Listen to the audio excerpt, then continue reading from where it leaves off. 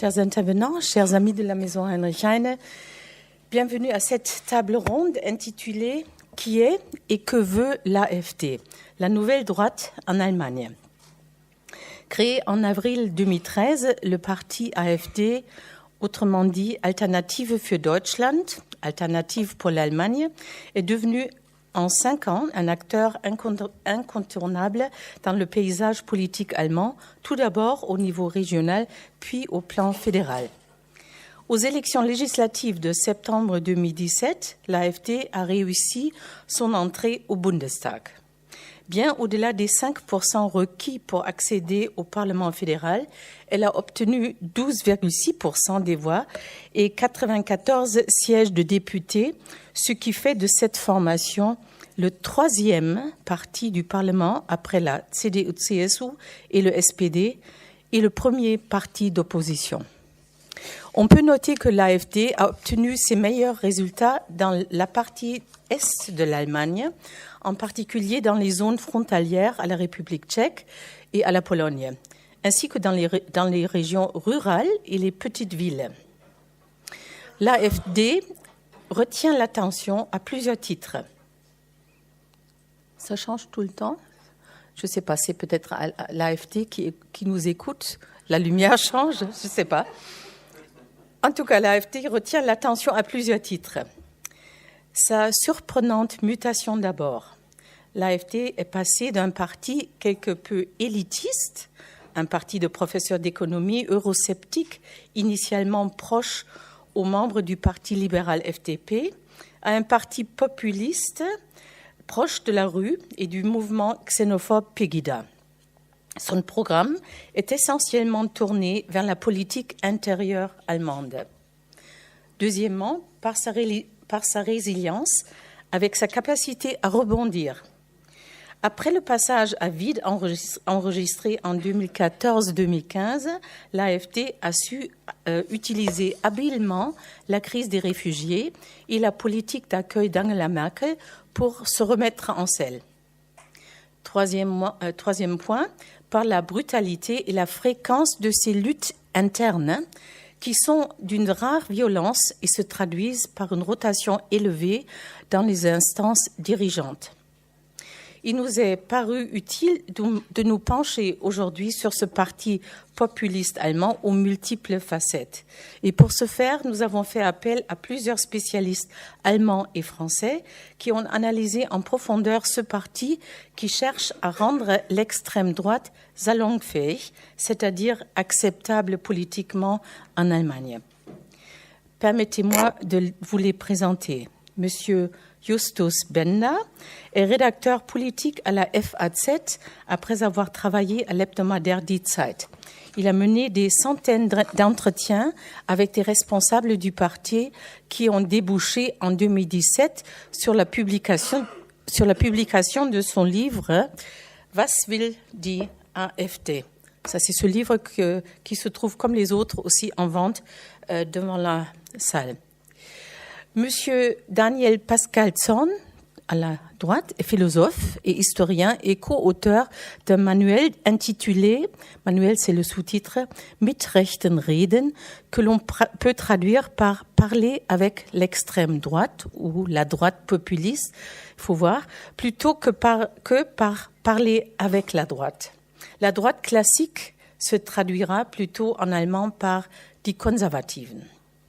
Notre spécialiste français est M. Patrick Moreau, historien et politologue et chercheur au CNRS dans un laboratoire de l'Université de Strasbourg. Il est expert des pays de langue allemande et des extrémismes politiques. Patrick Moreau est l'auteur d'un livre sur l'extrême droite autrichienne et a récemment publié « L'autre Allemagne, le réveil de l'extrême droite », paru aux éditions Vendémiaire en 2017. Et je remercie Madame Sabine Sifus-Arnaud, journaliste au magazine économique Challenge et très bonne connaisseuse du franco-allemand, d'avoir accepté de diriger ce débat et je lui passe tout de suite la parole. Merci beaucoup, merci de nous avoir invités à cette table ronde passionnante. Vous avez à peu près tout dit sur les origines de l'AfD, donc je ne vais pas vous refaire l'historique.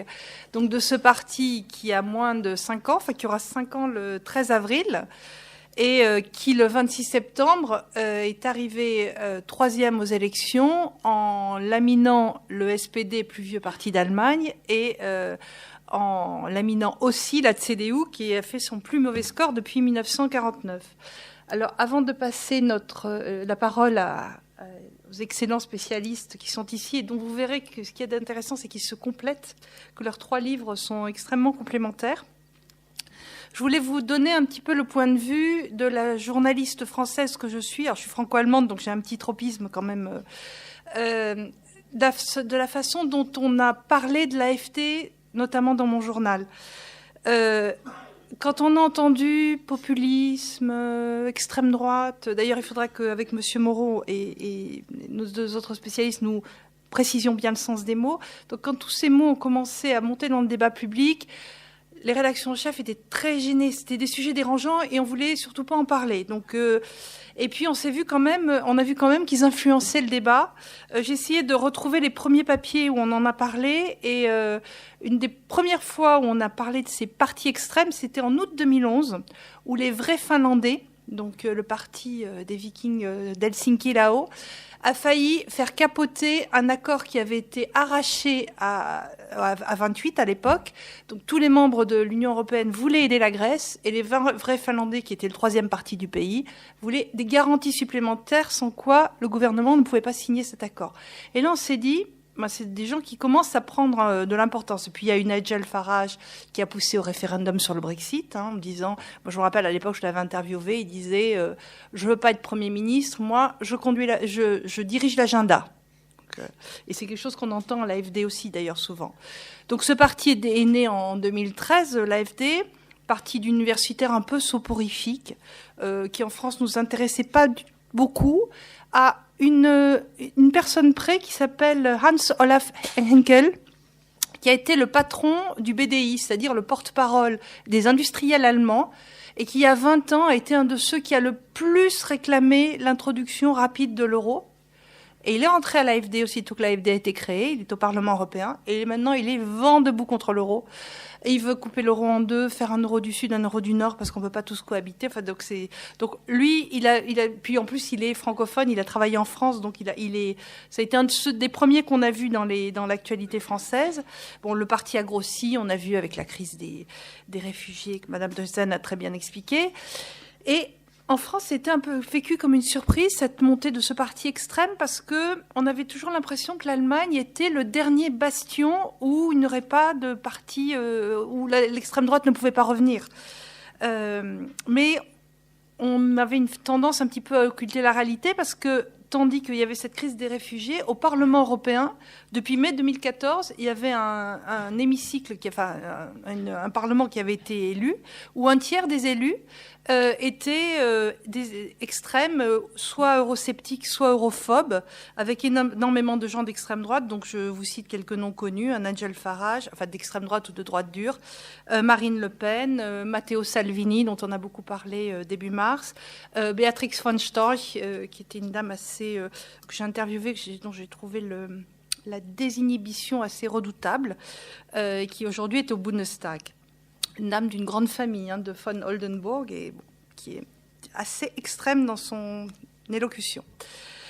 Autre élément révélateur sur l'importance de ce mouvement, c'est que dès 2015, la Deutsche Bank a publié une étude de plus de 20 pages sur l'impact économique et politique des populistes en Europe. Donc voilà. Puis après, il y a eu la série des élections régionales dont Mme Deuzen a parlé, notamment ce fameux 4 septembre où Mme Merkel a été battue dans son propre land. Et puis bon, après, l'AfD n'a fait que croître et prendre de l'importance, et c'est ce qu'on a vu en ce mois de septembre, où elle est rentrée au Bundestag. J'en viens à la présentation de nos 3 experts, après cette introduction un peu longue, mais je trouvais intéressant de voir comment l'AfD était rentrée dans le débat public français. Donc j'ai à ma droite M. Patrick Moreau, qui connaît extrêmement bien l'Allemagne, extrêmement bien les partis de droite et d'extrême droite allemands, depuis longtemps, les personnages, les fondateurs, les théoriciens. Même chose pour l'Autriche. Il habite à Berlin. Il a fait sa thèse avec Alfred Grosser, donc ce qui veut tout dire. Et donc, donc c'est lui qui commencera, qui brossera un tableau de la situation des partis extrêmes en Europe et en Allemagne en particulier, et qui nous fera des petites précisions de vocabulaire avant de commencer pour nous dire ce qu'on utilise comme mot, parce qu'en France, quand on parle de la droite, c'est très banal.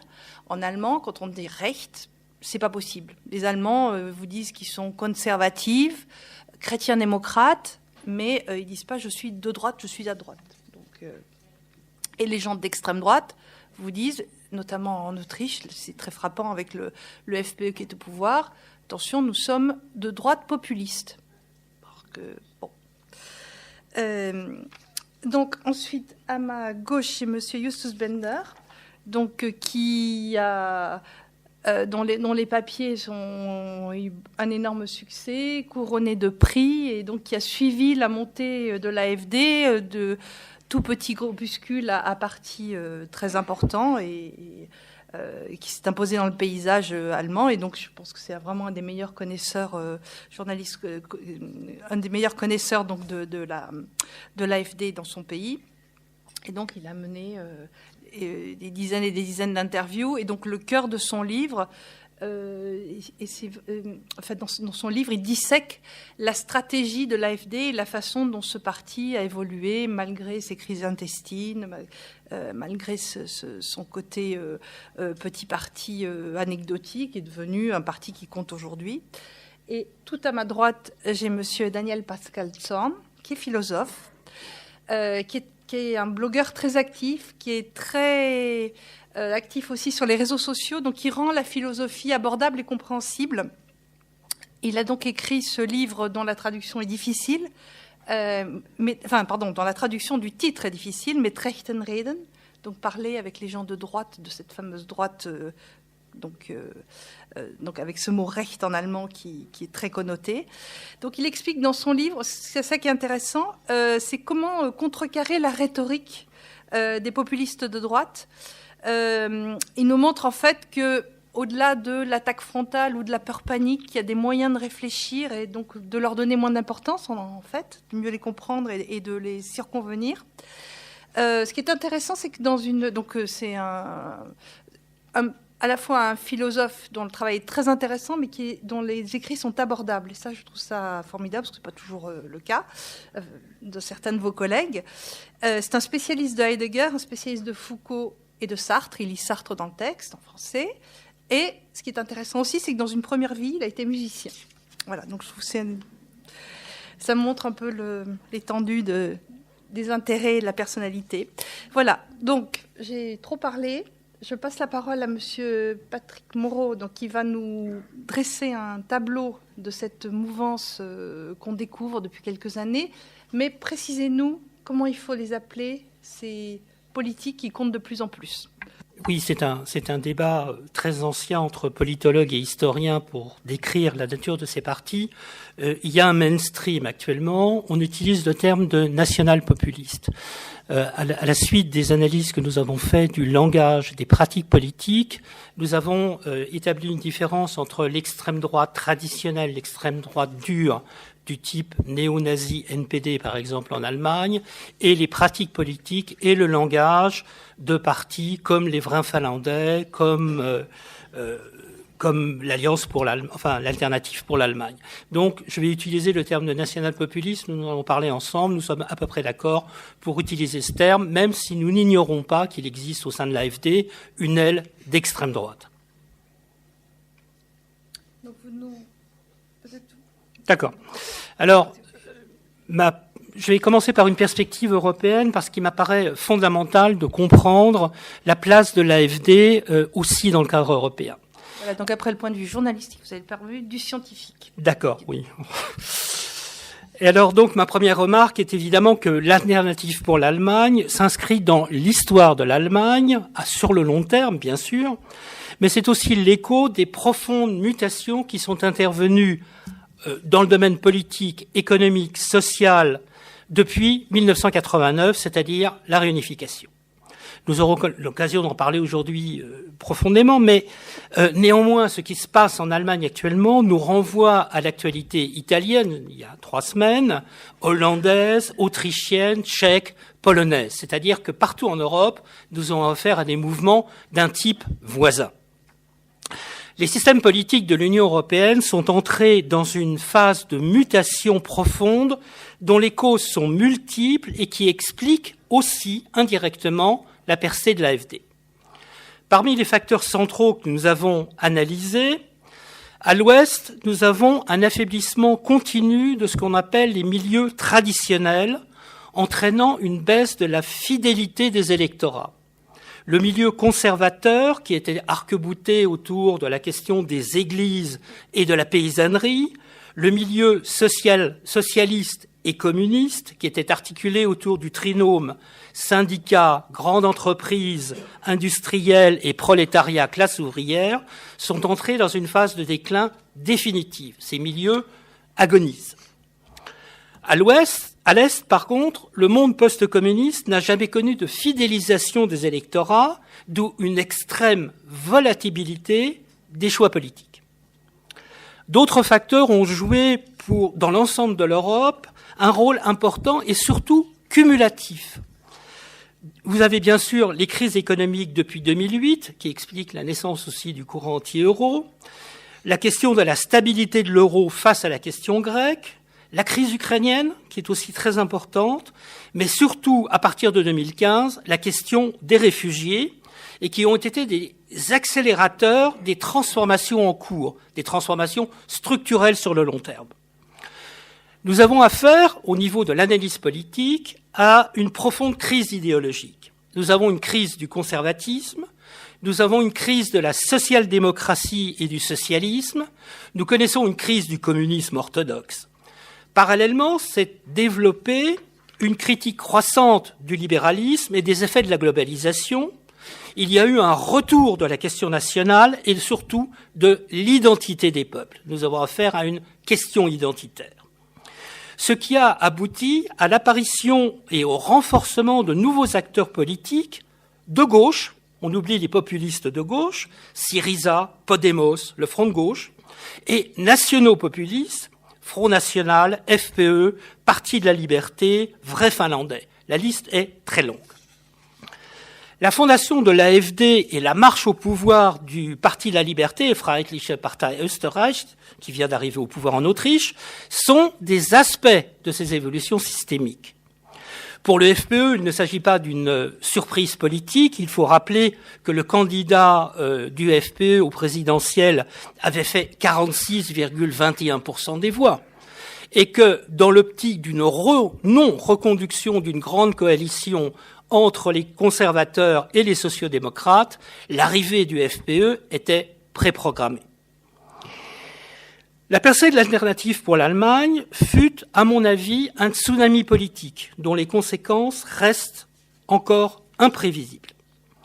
Il conviendra aujourd'hui donc de déchiffrer ensemble la nature de l'AfD, débat compliqué, son idéologie, ses origines politiques, son organisation et ses chefs, parce que là aussi c'est un modèle très spécifique, sa tactique électorale et parlementaire, mais aussi, et c'est fondamental à mon avis, de réfléchir sur les erreurs et les faiblesses des partis démocratiques face à l'acteur AfD. Je vous remercie.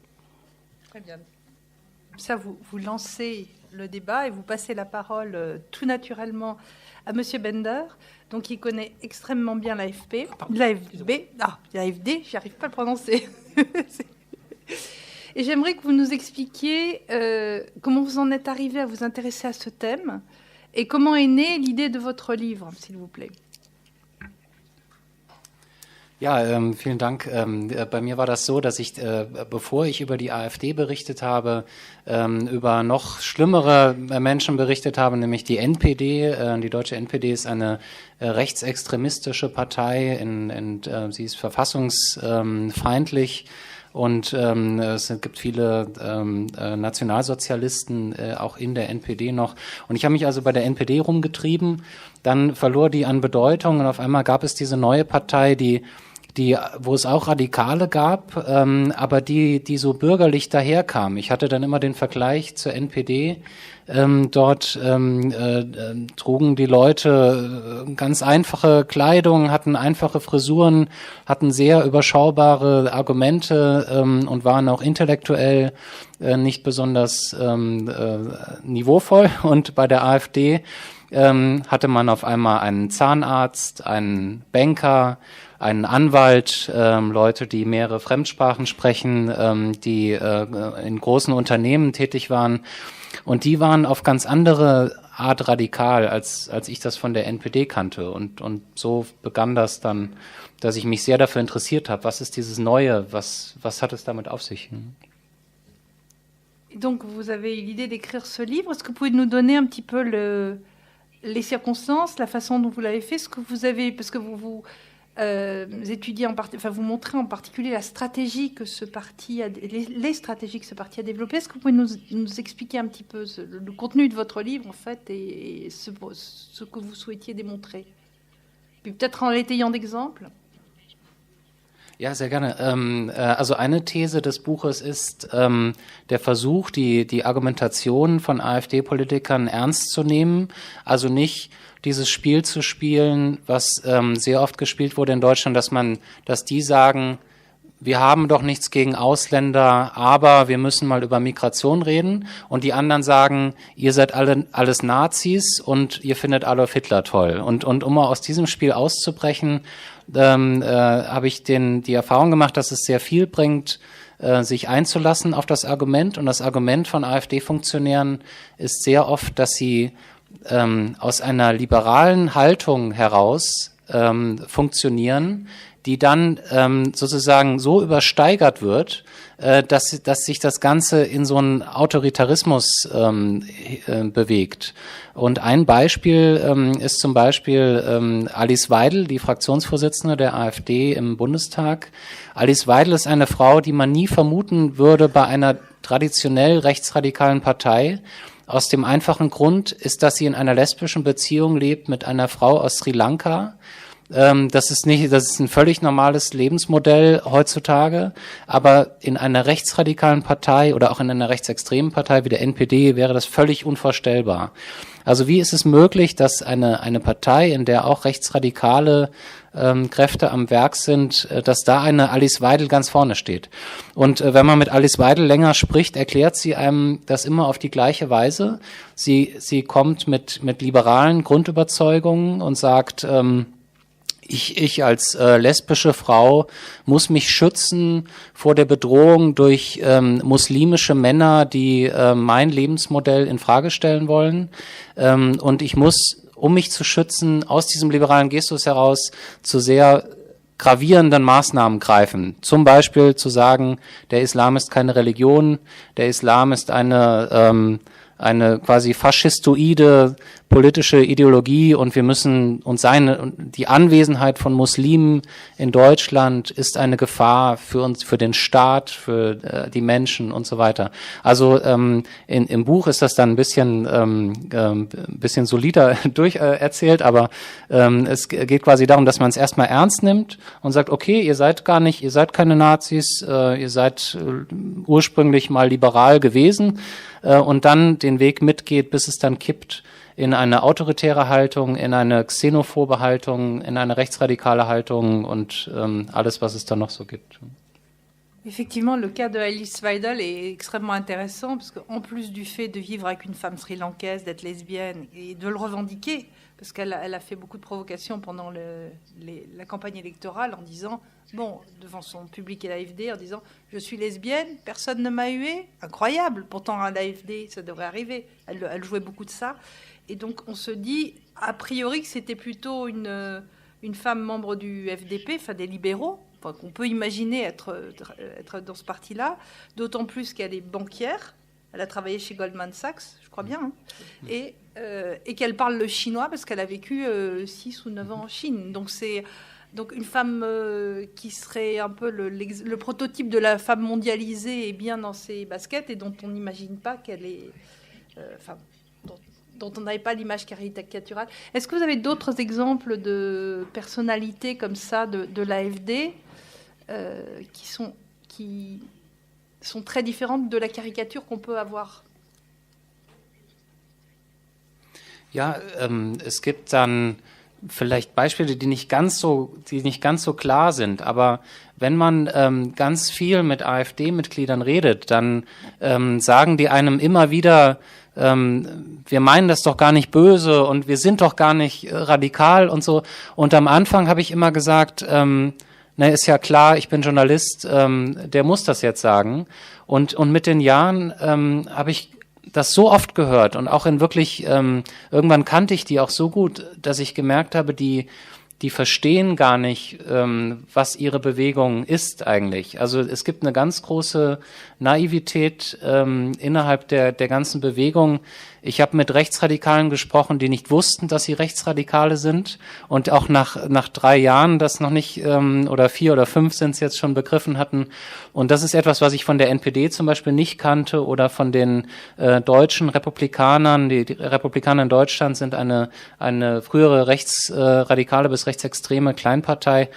Dort wussten die, was sie sind und sie wussten auch, warum sie das sind. Und in der AfD gibt es diese große Verwirrung von Menschen, die ganz neu sind in der Politik und die, glaube ich, erst in einigen Jahren merken werden, wie weit sie sich entfernt haben von ursprünglich vielleicht mal konservativen oder liberalen Werten und hin zu einem autoritären, populistischen Apparat ihrer Partei.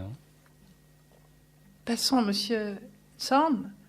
Le mot naïveté vous avez fait réagir avant que vous nous parliez de votre livre?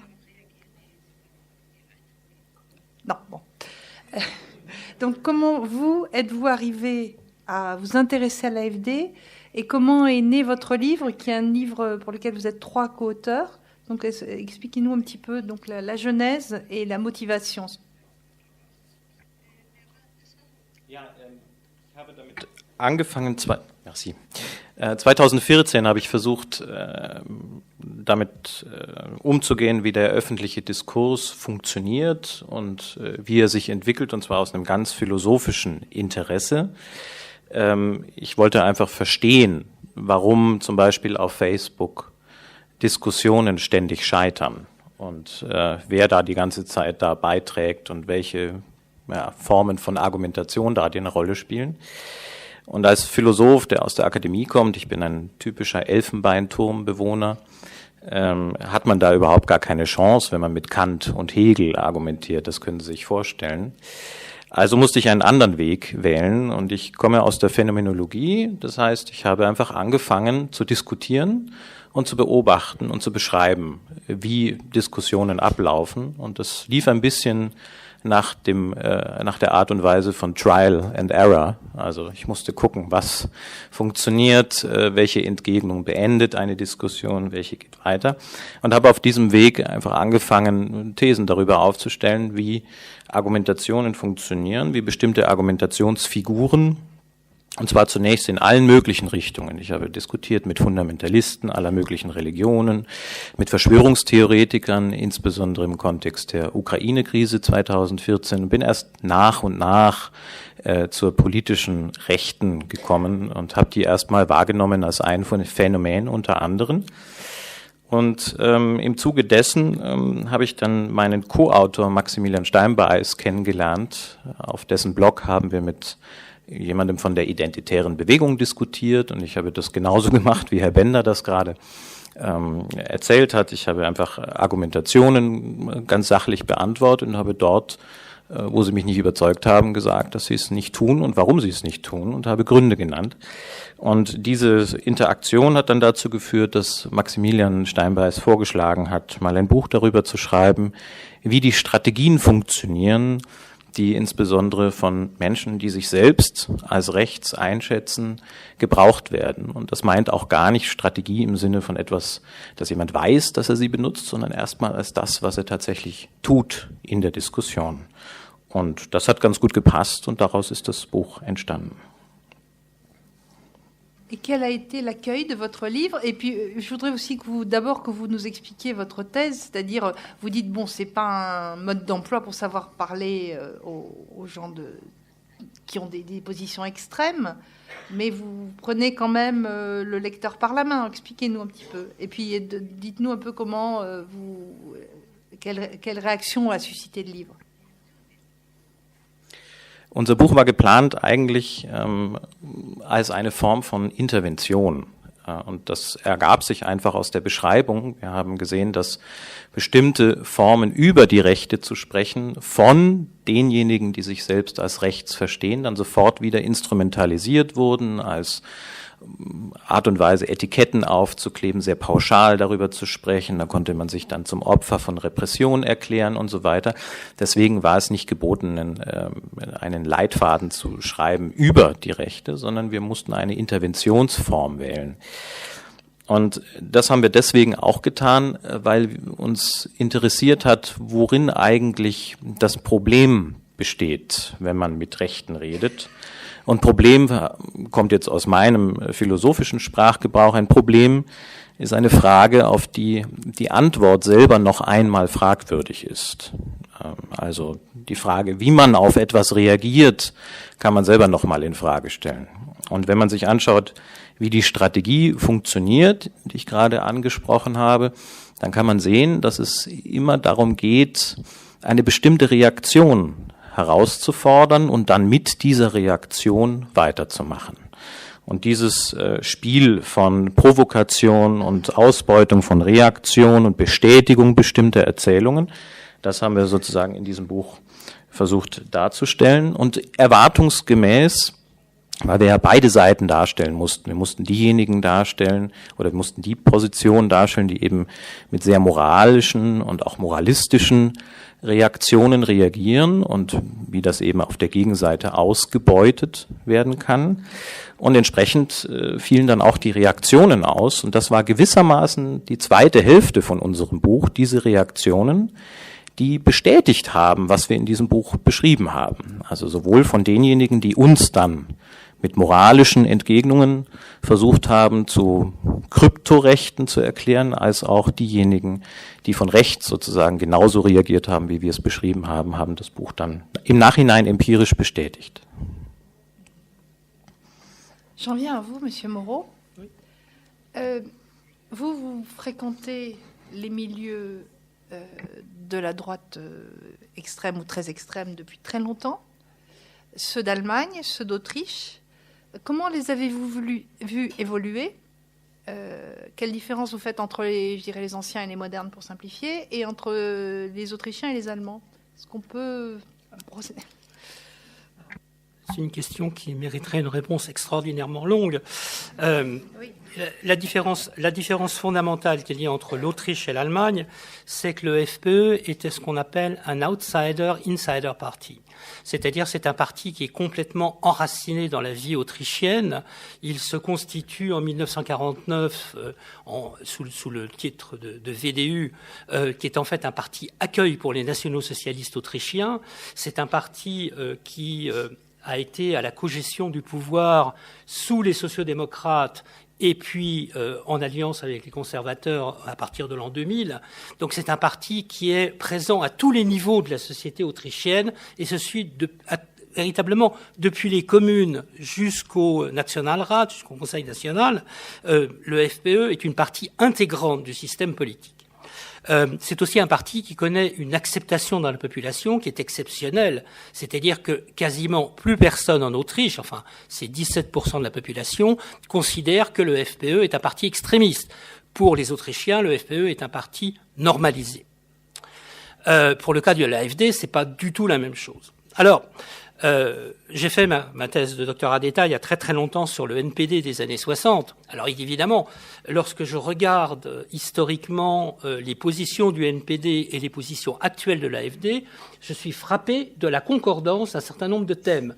Le gaullisme, le retour de la nation, etc. Mais la problématique a aussi globalement changé parce que le communisme a disparu. Et qu'on est entré dans une phase qui est nouvelle, qui est celle de je dirais à la fois de la mutation des systèmes politiques que j'expliquais tout à l'heure, mais aussi fondamentalement par le retour de la question identitaire face aux migrations de population. Or, ce sont des thèmes qui étaient certes présents chez les républicaneurs, mais qui ne jouaient pas un rôle fondamental. Donc on est entré dans une phase nouvelle, et au niveau de l'idéologie, et mon collègue pourra en parler savamment, il y a eu un extraordinaire travail de modernisation de la langue. Alors j'en parle dans mon livre systématiquement, c'est-à-dire que les schèmes dominants de l'extrême droite traditionnelle, c'est-à-dire le racisme pro-blanc, l'appel à la violence, les femmes à la maison, etc., ça a pratiquement complètement disparu, à l'exception de la nationale-völkisch de l'AfD, ça a disparu du discours des partis modernisés nationaux-populistes. Leur articulation, ils ont eu un discours autour de la liberté. Ce sont des gens qui proclament que fondamentalement, ils nous défendent contre une agression de l'islam. Donc, cette modernisation du discours a fait que attaquer l'AfD en utilisant le référentiel national-socialiste ne fonctionne pas. Et pourtant, ils utilisent du vocabulaire qu'on n'avait pas entendu depuis les années 30, par exemple, la presse qui ment, dit Hugues Presse. Oui. Le débat sur la presse pourrie, je voudrais pas renvoyer à l'histoire française, mais de tout temps, on a considéré que la presse était pourrie. C'est pas vraiment une nouveauté. Mais je parlais du choix du mot. Oui, non, bien sûr. Alors, qui est effectivement au sein de la langue allemande la réapparition d'un certain nombre de termes, mais je crois que l'erreur fondamentale est de l'accoler au national-socialisme. En fait, la récupération essentielle qui est faite, c'est la révolution conservatrice, qui est le prototype idéologique de ce que sera plus tard une partie du national-socialisme. Mais c'est deux mondes complètement différents. Donc, fondamentalement, s'il y avait un pont à faire historique, et je pense que vous êtes d'accord sur ce point, ce sera par rapport aux traditions de la révolution conservatrice et des grands idéologues comme Spengler, Jünger, Niekisch et les autres.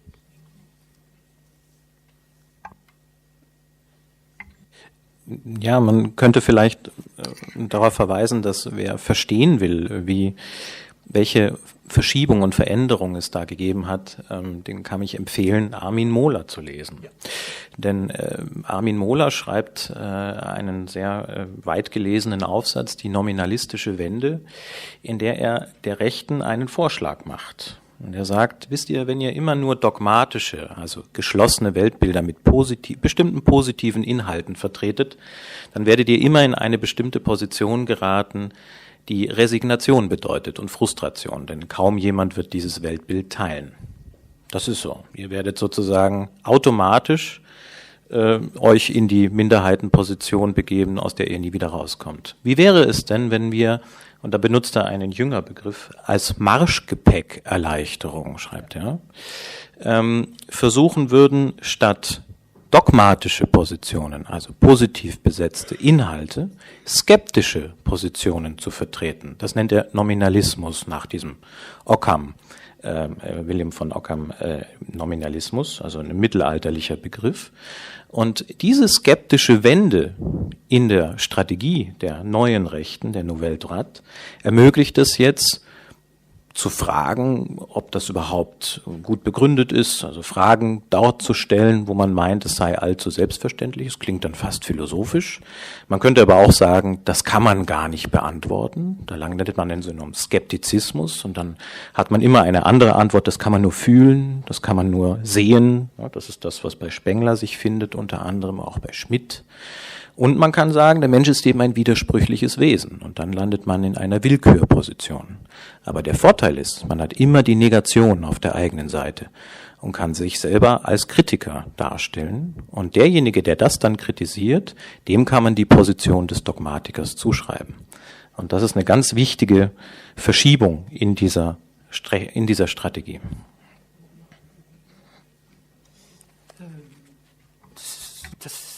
Exakt, was hier passiert ist. Es gibt eine zweite Phase. Pardon, excusez-moi. Je suis confus. De temps en temps, j'ai du mal à revenir au français.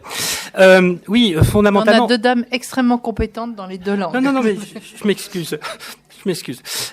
Donc fondamentalement, il y a eu une instrumentalisation donc de la révolution conservatrice, mais il y a aussi une modernisation de la stratégie politique, ce qu'on appelait le gramscisme de droite. Le gramscisme de droite consiste à dire qu'il faut occuper un certain nombre de casemates intellectuelles, il faut disloquer le discours dominant, s'emparer d'éléments du discours dominant, les transformer pour les utiliser comme armes contre le système en place. Et donc, ça avait été théorisé par Alain Menoy et Armin Mohler. J'ai eu l'occasion très souvent de visiter Armin Mohler à Munich. Et fondamentalement, la nouvelle droite avait un peu disparu de la surface à partir de 1985. Il y a le succès des nouvelles droites allemandes a été minimal. Mais par contre, ce discours a parfaitement été récupéré, reconstruit, récupéré par l'AfD, et en particulier par un nouveau courant qu'on appelle le courant identitaire, qui est en fait une partie de l'aile marchande de l'AfD, qui est en partie la partie la plus problématique certainement du parti. Et fondamentalement, la stratégie de la subversion gramsciiste de droite, c'est-à-dire occuper l'espace intellectuel, est au cœur de la stratégie de l'AfD et aussi de sa tactique quotidienne de communication. Ich würde nur gerne ergänzen, weil ich das so richtig und wichtig fand eben. Ich habe mal mit Björn Höcke über Gramsci gesprochen und es ist tatsächlich so, Björn Höcke ist, muss ich kurz sagen, ja, also Björn Höcke ist Landesvorsitzender der AfD in Thüringen und hat wahrscheinlich von den ganzen AfD-Skandalen, die es so gab in den letzten Jahren, einen nicht unerheblichen Teil selbst produziert. Also er ist einer der skandalträchtigsten AfD-Politiker. Und Björn Höcke liest tatsächlich Gramsci, also einen linken Autor, und benutzt ihn, um eben Diskursräume zu erobern, wie er sagt, durch Provokationen, den Diskurs zu besetzen. Und ein Beispiel für diese sprachliche Wende, die davor erwähnt wurde, ist zum Beispiel, wie Björn Höcke einmal fürchterlich auf die Nase gefallen ist, mit dem Versuch, provokant zu sein. Nämlich als er über Afrikaner sprach und einen ganz plumpen, altertümlichen Rassismus benutzte und anfing zu sagen, Afrikaner pflanzen sich fort wie Kaninchen, quasi so implizit. Also es gäbe sozusagen einen rassischen Unterschied zwischen Europäern und Afrikanern im Fortpflanzungsverhalten. Und selbst Götz Kubitschek, einer der Vordenker der neuen Rechten in Deutschland, hat das sehr kritisch gesehen und hat Höcke kritisiert dafür. Und was ist jetzt die moderne Fassung davon? Die moderne Fassung ist etwas, was Ethnopluralismus genannt wird, von der identitären Bewegung zum Beispiel, wo man sagt, wir haben nichts gegen Afrikaner und niemand ist in irgendeiner Form minderwertig und es gibt keine rassischen Unterschiede. Das Einzige, was wir sagen, ist, jemand ist kulturell dort verwurzelt, wo er herstammt.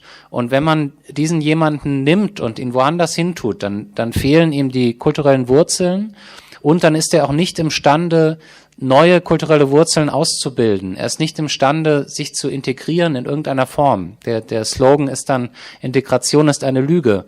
Und es ist sozusagen der Versuch, fremdenfeindlich zu sein, ohne diesen rassistischen Ballast. Und im Ergebnis, muss man sagen, ist es halt genau das Gleiche, weil man sagt, wir wollen keine Afrikaner in Europa.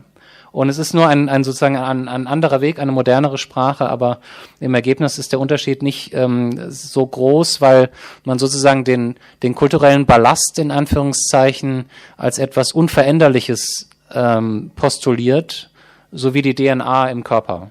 So ähnlich. Wenn ich dazu kurz ergänzen darf, auch diese Verschiebung von Natur zu Kultur ist ein gutes Beispiel dafür, wie bestimmte rechte Positionen linke Positionen besetzen und für sich übernehmen. Kulturrelativismus zum Beispiel war eine klassisch linke emanzipatorische Position, die sich gegen eurozentrische Formen von Anthropologie gerichtet hat. Insbesondere in der Franz-Boas-Schule hat sich das entwickelt.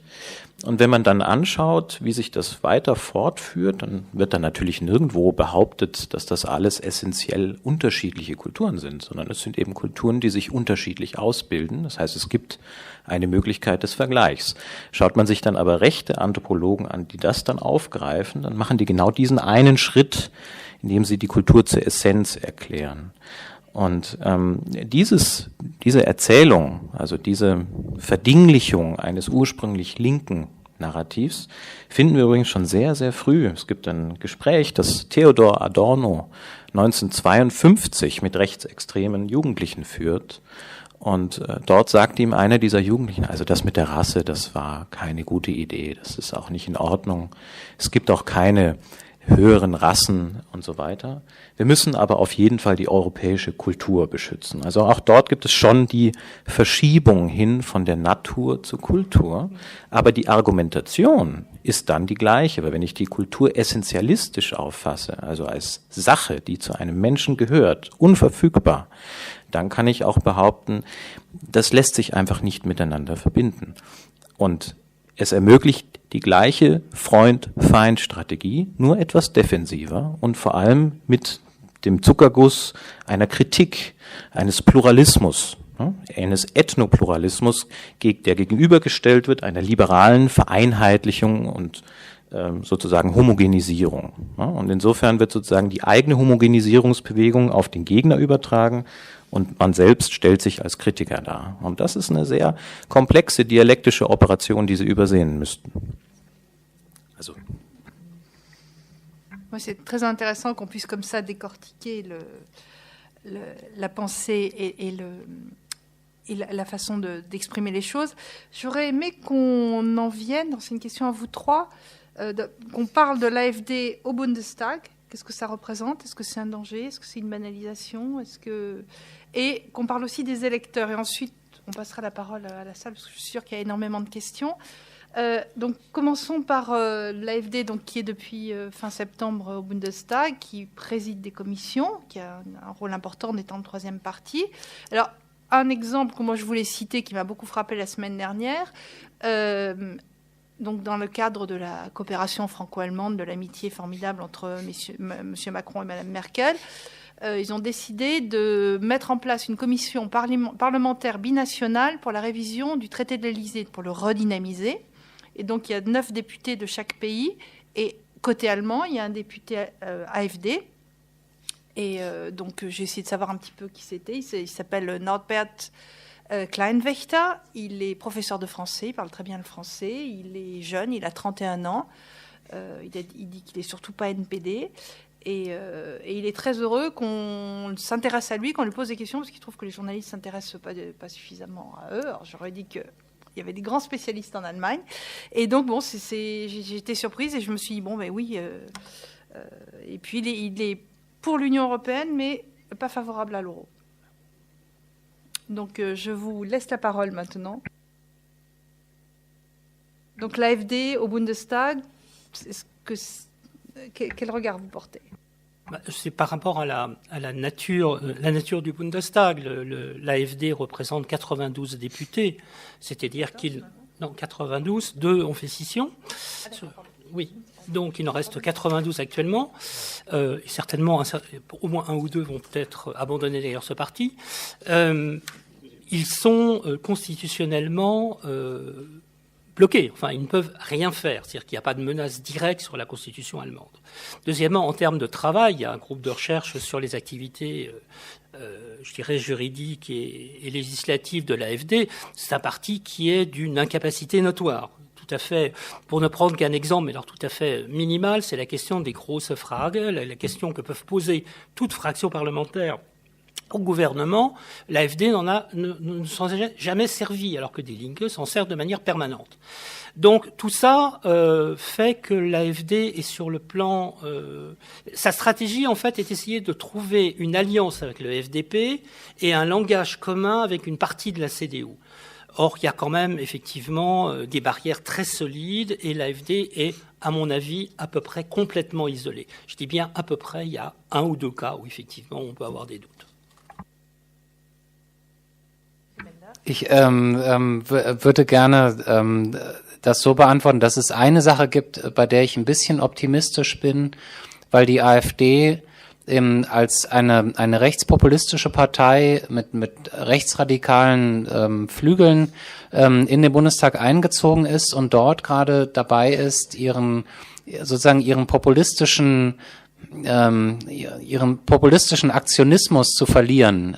Nämlich, sie ist nicht in das Parlament eingezogen, wie es manche Populisten machen, mit dem Anspruch, das Parlament als Bühne zu missbrauchen, um dort zum Beispiel eine große Show zu machen, um die anderen lächerlich zu machen, um in irgendeiner Form sozusagen das gesamte System zu diskreditieren, sondern die AfD ist in das Parlament reingegangen mit diesen ganzen rechtsradikalen Positionen, aber trotzdem dem Willen mitzuarbeiten. Und das ist etwas, also so sehr einem die Positionen missfallen können von der AfD, ist etwas, was mich sehr erleichtert hat, weil das Parlament meiner Meinung nach ein System ist, das diese Partei zähmen kann in irgendeiner Form und dass diese Partei zu rationaler Argumentation zwingt, dass sie dazu zwingt, das System anzuerkennen, weil wer in einen Ausschuss gewählt werden will, der kann ja nicht dann gleichzeitig sagen, dass dieser Ausschuss nichts wert ist und das ganze Parlament nichts wert ist und so weiter.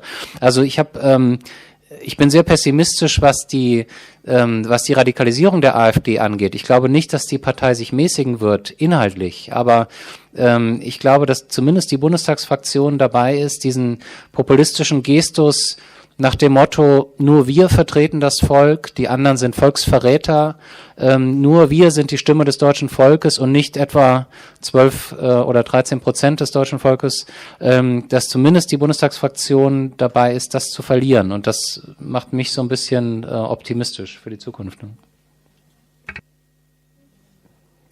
Ich kann die typische Antwort des Philosophen geben, der einfach verschiedene Hinsichten differenziert.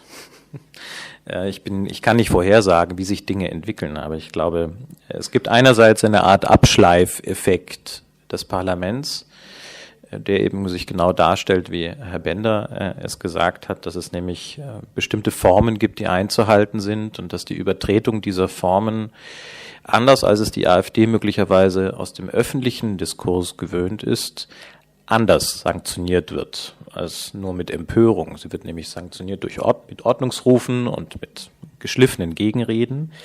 Und diese geschliffenen Gegenreden erzeugen zweitens auch den Effekt einer ideologischen Differenzierung. Und ich glaube, das, was Herr Moreau gesagt hat, dass die AfD auch ein Echo ist auf eine Entwicklung, das ist ganz richtig, denn die AfD reagiert auch auf einen Differenzierungsverlust zwischen den Ideologien. Wenn die CDU in Deutschland aussieht wie die Grünen, manchmal aussieht wie die SPD, wenn die SPD aussieht wie die FDP und so weiter, dann verschwimmen die ideologischen Differenzen, die eigentlich eine parlamentarische Demokratie ausmachen. Und dann steigt eben immer die Chance einer Fundamentalopposition. Ich kann aber verstehen, dass man Angst hat vor einer Normalisierung von bestimmten Positionen. Und das ist tatsächlich auch immer das, wo Diskussionen zu enden scheinen, dass man sagt, aber dadurch werden Positionen normalisiert. Aber ich glaube, da gibt es ein Problem, denn diese Positionen haben sich nicht durchgesetzt, jedenfalls nicht idealtypischerweise, durch bloße Manipulation, sondern sie haben sich möglicherweise durchgesetzt wegen guten Gegenargumentationen, wegen guten Ideen, wegen überzeugenden Positionen.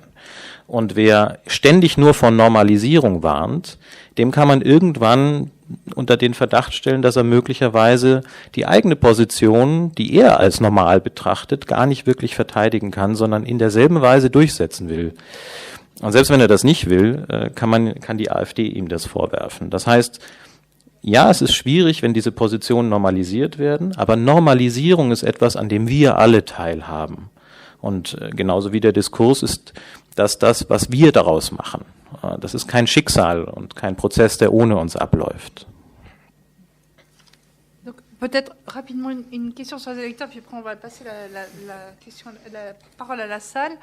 Le journal, le périodique Emma, donc féministe, écrivait juste avant les élections « Les femmes votent Merkel, les hommes votent AfD ». Est-ce que les électeurs de l'AfD, d'abord, est-ce que vous êtes d'accord avec cette assertion, et est-ce que les électeurs de l'AfD ressemblent aux électeurs qui ont voté pour le Brexit ou qui ont voté pour Donald Trump?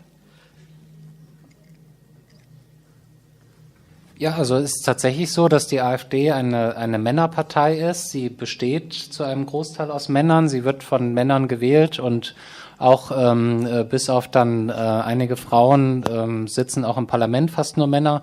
Und ich weiß nicht, was der Grund dafür ist. Also man kann nur spekulieren, glaube ich, dass sozusagen dieser autoritäre Gestus des wir machen das jetzt und wir räumen den Laden mal auf und zack, dann läuft's hier wieder, dass das etwas ist, was Männer besonders mögen und dann auch bestimmte Männer. Also es sind nicht jetzt nur arme Leute und kleine Leute, sondern oft so Mittelständler oder Facharbeiter, also Leute, die was erreicht haben im Leben und dann sozusagen auch das Selbstbewusstsein haben, zu sagen, ich weiß es besser.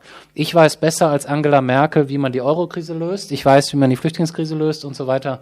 Also viele solcher Typen und es gibt Frauen an der Spitze der AfD, aber in der Partei selbst scheinen die sich nicht so durchzusetzen und auch gar nicht erst einzutreten. Das ist ganz interessant. Oui, on a une sociologie électorale extrêmement précise. Il y a eu deux analyses qui viennent de sortir sur le marché. La première des syndicats et la seconde du patronat qui sont absolument concordantes. Alors, il y a en fait le développement de l'AfD. Il y a différentes strates. À l'origine, c'est un mouvement qui naît, un mouvement de protestation de nature libérale. Il y a énormément d'électeurs FDP qui vont se reporter sur l'AfD comme parti anti-euro.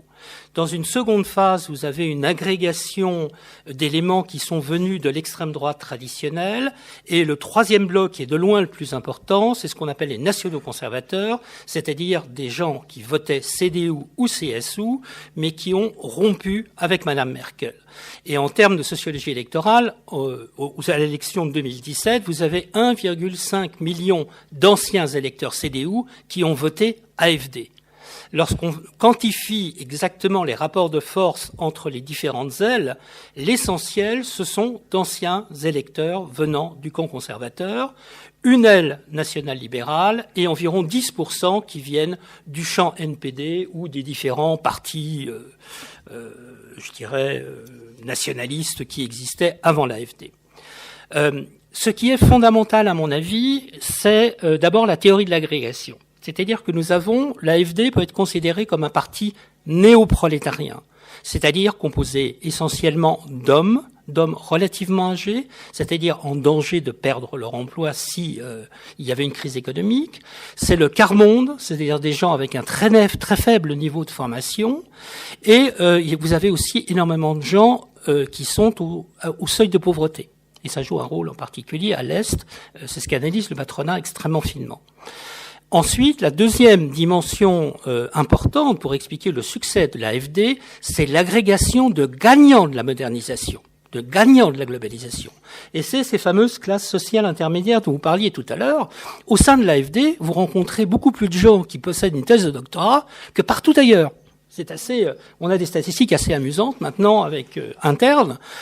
Vous avez un nombre prodigieux de gens qui effectivement sont arrivés dans la société, mais qui sont passés à l'AfD pour des raisons identitaires et non pas pour des raisons de type néoprolétarienne.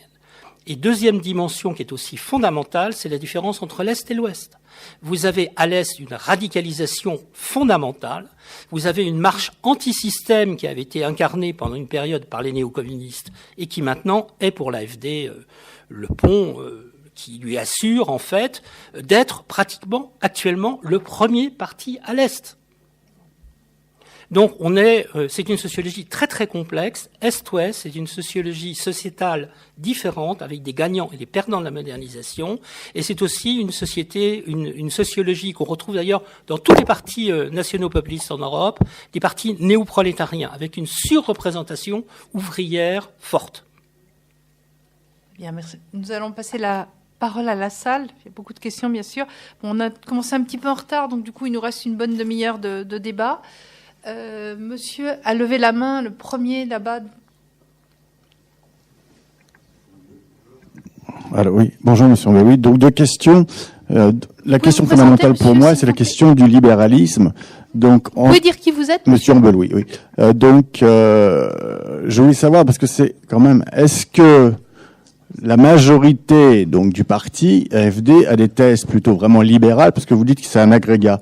On pouvait penser que c'est un agrégat historique entre les républicains et les libéraux, mais pour moi, en fait, si c'est un parti interventionniste qui veut toujours plus d'allocations, plus d'intervention de l'État, là, c'est un parti populiste. Mais s'il est libéral en économie, on peut en douter. Et deuxième question, pour Monsieur Moreau, il a dit qu'il y avait un cordon sanitaire entre la CDU et la AfD, mais est-ce qu'il est sûr que ce cordon va durer longtemps? Est-ce que ce qui se passe en Autriche et ce qui va se passer en France entre la lutte entre M. Wauquiez et Marion Maréchal Le Pen, est-ce qu'un jour il y aura un risque de split de la CDU dans X années, quoi? Merci. Ja, ich glaube, man kann das, wenn man das mal so runterbricht und einfach beantwortet, könnte man sagen, dass die AfD in Ostdeutschland eher dem Front National ähnelt, in der Weise, dass sie dort protektionistisch auftritt. Auch Bundestagsabgeordnete der AfD sprechen im Plenum dann eher die Linken an, also die Sozialisten, und sehen sich in Konkurrenz zu denen. Und die Funktionäre oder Abgeordneten aus dem Westen sind eher wirtschaftsliberal, also hätten dann eher mit Geert Wilders Gemeinsamkeiten oder mit der FPÖ und wollen dann zum Beispiel, ist denen ganz wichtig, dass das Bankgeheimnis geschützt wird, oder sie wollen die Erbschaftssteuer abschaffen.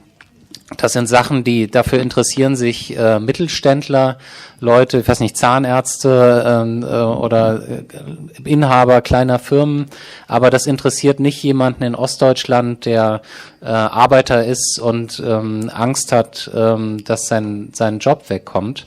Also man kann das so grob sagen, im Osten eher Front National, im Westen eher FPÖ, und dann gibt's natürlich kleine Unterschiede. Es gibt immer kleine Inseln dann sozusagen, kleine Inseln, kleine Front National Inseln in Westdeutschland sozusagen. Vielleicht nur einen kurzen Einwurf zu der Frage, wie neoliberal und rechts zusammenpassen. Ich glaube, bestimmte Formen von Liberalismus, insbesondere libertäre Formen, wirtschaftsliberale Formen, ja, nicht alle, haben den Vorteil, dass sie beide Seiten bedienen können. Sie können die linke Seite bedienen, indem sie Diversität und Multikultur zu einer Form des Konsumguts machen. Und das ist genau das, was zum Beispiel die Rechten auch dem Liberalismus vorwerfen. Er sei sozusagen ein Handlanger der Linken. Gleichzeitig vertritt aber dieselbe Position, was man zum Beispiel an Systemen wie Hartz IV möglicherweise sehen kann, durchaus repressive Ideen, die vielleicht auch Anklänge ans Autoritäre haben, also die in der Praxis Durchsetzung sind, die nicht auf Rechtfertigung, sondern zum Beispiel auf Verweis auf ein Wirtschaftssystem, das auf so und so eine Weise funktionieren muss. Und das perfide ist, dass rechts und links sich gegenseitig sozusagen bekämpfen, aber beide in ihrem Kampf jeweils den gleichen Dritten stark machen. Und genau diese Bewegung zwischen bestimmten Formen von liberal und bestimmten Formen von rechts findet man eben auch schon zu Beginn des 20. Jahrhunderts. Panayotis Kondylis hat das mal beschrieben und hat beschrieben, rechts ist eigentlich eine Form von Altliberalismus. Und er ist darin besonders, dass er Populismus nutzt, um Mehrheiten zu gewinnen. Für altliberale Positionen. Und ich glaube, deswegen ist es so schwierig, da sozusagen Oppositionen aufzubauen zwischen liberal, rechts, links und so weiter. Oui, évidemment, je ne suis pas non plus prophète pour l'avenir, mais j'ai la chance d'être très immergé dans le milieu conservateur et d'avoir vécu au sein de la CDU et de la CSU la transformation et l'apparition de l'AfD avec le cercle de Berlin, le Berliner Kreis. Donc j'ai une vision très précise de ce qui se passe dans le parti. Alors, l'AfD, en définitive, lorsqu'on réfléchit sur son devenir, en dehors de la phase anti-européenne et libérale dont on parlait tout à l'heure, c'est fondamentalement un parti qui se construit uniquement autour de la question des réfugiés. Toute l'intelligence politique de l'AfD a été de placer tous les problèmes récurrents de l'Allemagne sous un effet de l'immigration, c'est-à-dire la remise en cause du système social, la disparition des retraites, enfin, tout est articulé autour de la destruction de l'Allemagne par les étrangers. Donc, en définitive, il a vécu de la crise de 2015 et des effets pervers au sens philosophique du terme, pas pervers au sens plein du terme, ou les effets pervers, en fait, de la crise de 2015, le fait qu'elle a été mal contrôlée et mal expliquée. L'avenir de l'AfD, c'est une question qu'on va être amené à se poser, dépend, elle aussi, de cette question. Le jour où la question des réfugiés ne sera plus perçue par les Allemands comme étant la première question, l'AfD disparaîtra, parce qu'il n'y a pas de... Il ne repose sur rien d'autre. Mais par contre, si on avait une nouvelle crise des réfugiés, et Mme Merkel l'a dit dans son discours, il est évident que l'AfD pourrait gagner du terrain. Donc l'avenir n'est inscrit véritablement pour l'AfD nulle part. Et si l'AfD venait à progresser sur le mode du FPE en Autriche, eh ben, ma foi, la CDU est un ensemble extrêmement hétérogène. Je vois autour de moi, entre les conservateurs révolutionnaires à la CSU maintenant, et puis les modernistes à la Madame Merkel, ma foi, c'est pas du tout le même monde. Donc, sur l'avenir de la CDU, on peut être très sceptique. S'il n'y a pas de nouvelle crise des réfugiés, l'AfD s'épuisera, parce qu'il n'y a rien derrière. Je denke, du bist. Madame a une question, Madame au milieu.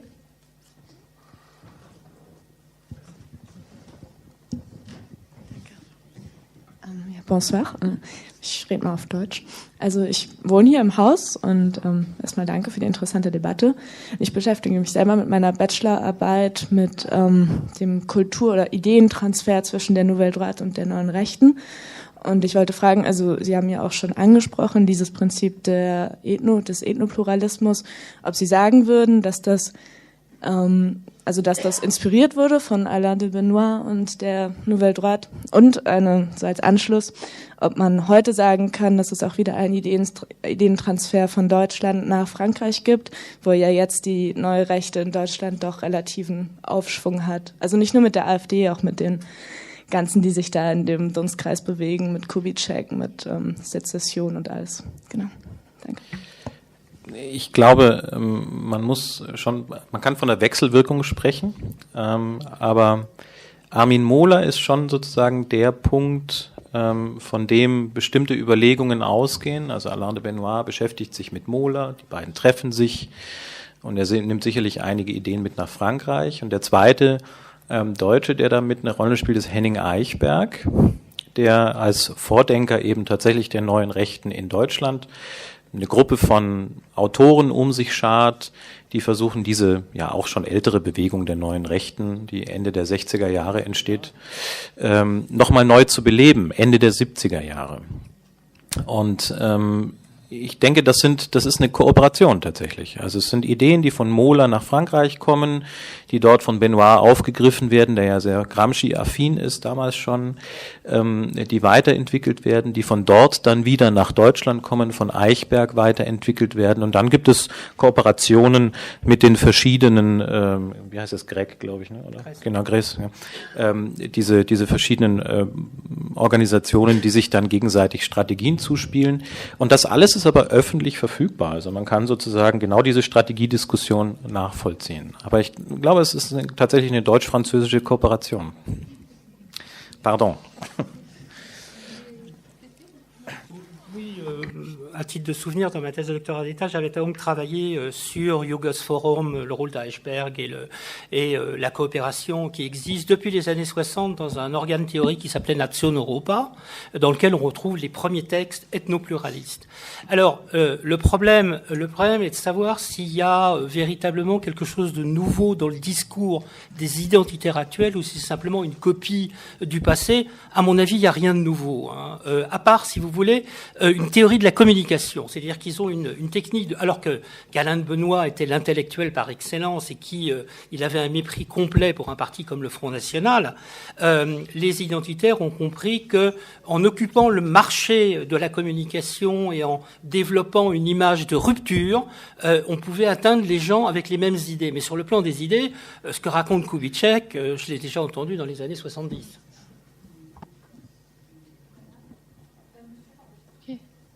Okay, ich hätte auch eine Frage bezüglich des Buchs mit Rechten reden und bezüglich des Titels, weil ja schon auch eben immer die Gefahr besteht, dass solche Thesen auch wieder salonfähig werden. Also das haben Sie ja vorhin auch schon angesprochen. Und da würde ich auch sehr gerne Ihre Meinung wissen. Zum Beispiel gab es ja, der Chef von Eintracht Frankfurt hat ja AfD-Mitglieder ausgeschlossen. Und da wollte ich Ihre Meinung dazu hören und auch, wie Sie vielleicht zum Beispiel Blockaden sehen oder Zeichen, die gegen Rassismus gesetzt werden, die ja auch sehr, sehr wichtig sind, die aber eben gerade im Gegensatz dazu stehen, mit Rechten zu reden. Ja, wir haben den Titel natürlich nicht ohne Grund gewählt. Ich habe ja vorhin gesagt, es ist eine Intervention und Interventionen leben davon, dass sie mehrdeutig auslegbar sind. Wenn Sie an Herrn Höckes Rede von Denkmal der Schande mit diesem doppelten Genitiv denken, auch das war eine Intervention. Also man kann auch lernen, wenn man zuschaut.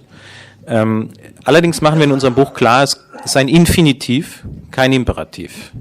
Es geht sozusagen darum, einen Vorgang zu beschreiben, der sehr oft scheitert und die Frage zu stellen, warum scheitert er auf beiden Seiten? Und Sie haben gerade gesagt, salonfähig. Ja? Ich glaube, das ist eine beliebte Redewendung. Allerdings Demokratie als Salon. Es gibt immer Leute im Salon und draußen. Wenn das von vornherein klar ist, dann kann man natürlich sofort sagen, wer ist eigentlich der Wächter dieses Salons? Und genau um solche Tricks zu vermeiden, sozusagen, gehen wir davon nicht aus, sondern sagen, es ist erstmal ein offener Diskurs. Sie haben gefragt, darauf würde ich zuerst gerne eingehen, was zu Blockaden und Zeichen gegen Rassismus. Wenn Sie sehen, was auf der Frankfurter Buchmesse passiert ist, dann haben Sie Linke gesehen, die genau so eine Blockade im Prinzip verbal aufgebaut haben. Und die Rechten haben das gekontert, und zwar so, dass irgendwann beide Gruppen, Antifa, Links und Rechte, sich gegenseitig mit Nazis raus angebrüllt haben. Sie haben keinen Unterschied mehr gemerkt. Und deswegen würde ich sagen, das war strategisch ungünstig. Das heißt, es gibt sicherlich Situationen, in denen Blockaden sinnvoll sind und wo sie möglicherweise auch, wenn sie sichtbar einen Gegner haben, gegen den sie als Blockade auch für Dritte, die zuschauen, erkennbar sinnvoll sind. Es gibt aber auch Situationen, wo genau diese Blockaden die Reaktion sind, die die andere Seite von ihnen erwartet. Und in den Situationen ist es einfach sehr, sehr ungünstig, genau das zu tun und den stärker zu machen, den man damit eigentlich schwächen will. Und ich glaube, dieses Jahr auf der Leipziger Buchmesse gab es eine linke Gruppe aus Leipzig, Prisma, glaube ich, heißt die versucht hat, einen anderen Weg zu wählen, die tatsächlich auch ein Zeichen gesetzt hat, aber im Sinne einer eigenen Intervention, vielleicht auch einer eigenen Darstellung. Und ich glaube, Zeichen gegen Rassismus, wenn man das tun möchte, kann man auf sehr verschiedene Weisen setzen. Und vielleicht kann man ein bisschen überlegen, was strategisch in welcher Situation konfrontiert mit welchem Gesprächspartner sinnvoll ist und was nicht. Ausschluss, da muss ich einfach nur sagen, jemand, der jemanden ausschließen will und das gut begründen kann, da muss man sich dann mit der Begründung auseinandersetzen. Wer sich ohne die Begründung zu beachten zum Opfer erklärt, das kann man auch sichtbar machen an dieser Stelle. Ja, das ist genau meine Erfahrung auch. Also jede Form von taktischer Haltung, in der man sich überlegt, sollen wir sie künstlich totschweigen, sollen wir sie künstlich zur Rede stellen und entzaubern, sollen wir dies oder das machen, ist immer die Bestätigung des rechtspopulistischen Tenors, wir haben es mit einem Machtkartell zu tun, mit einem Establishment, das uns mit allen Tricks bekämpfen will. Wir sind die Underdogs und seht doch her, was die mit uns machen. Wir können nicht mal auf der Buchmesse einen kleinen Bücherstand machen. Und also kommt man eigentlich nie raus aus diesem Spiel, wenn man nicht aufhört, taktisch zu agieren. Und das wirklich einzige Mal, bei dem die AfD ein Problem hatte, das sie nicht selbst geschaffen hat. Also die AfD hat schon oft gelitten unter den Sachen, die sie selbst getan hat, also irgendwelche Skandale oder auch die Spaltung der Partei. Aber das einzige Mal, wo sie wirklich von außen sozusagen in die Knie gezwungen wurden, war so das Frühjahr, der Frühsommer 2017, als es in Deutschland den Schulz-Effekt gab. Ich weiß nicht, ob der hier in Frankreich bekannt ist, also der Kanzlerkandidat der SPD hat einen solchen Furor veranstaltet, dass alle nur noch über ihn sprachen. Und wenn zu diesem Zeitpunkt ein Björn Höcke, der schon erwähnt wurde, irgendetwas Rassistisches gesagt hätte, es hätte sich niemand dafür interessiert, kein Journalist, also ich wäre ganz woanders gewesen, ich wäre irgendwo bei Schulz gewesen oder so. Die ganze Gesellschaft hat ihre Aufmerksamkeit auf Schulz und auf den Konflikt der großen Parteien gelenkt, weil die einfach lauter waren, weil die ein viel relevanteres Schauspiel darboten. Und ich glaube, also anstatt sich zu überlegen, wie man taktisch irgendwie die AfD bekämpfen kann, müsste man einen Gegendiskurs schaffen, der so prägnant und auch attraktiv ist, dass er eben die ganze Aufmerksamkeit auf sich zieht. Und das müsste aber ein authentischer, ein ehrlicher Diskurs sein und kein sozusagen künstlicher Gegendiskurs, der wiederum aus taktischen Gründen geschieht, sondern man könnte ja mal wirklich zum Beispiel über Integration diskutieren und dann aber nicht auf dem Niveau der AfD, sondern auf dem Niveau seriöser Politiker der großen Parteien in Deutschland zum Beispiel. Möglicherweise nur zur Ergänzung, wenn man schon taktisch dann agiert, dann taktisch klug. Une remarque quand même qui est structurelle. Je crois qu'il faut faire une différence. D'abord, il y a un certain nombre de choses qui sont salonfähig depuis longtemps. Regardez les sondages d'opinion sur l'islam appartenant à l'Allemagne, oui ou non. 70% des Allemands disent non. C'est-à-dire qu'il y a quand même de toute évidence maintenant, une majorité forte de gens qui se sont positionnés sur ce qui constitue le fonds de commerce de l'AfD. Ce qui ne veut pas dire que les Allemands sont devenus racistes. C'est pas du tout ça. Lorsqu'on fait des études en profondeur sur les caractéristiques du racisme, c'est pas du tout ça.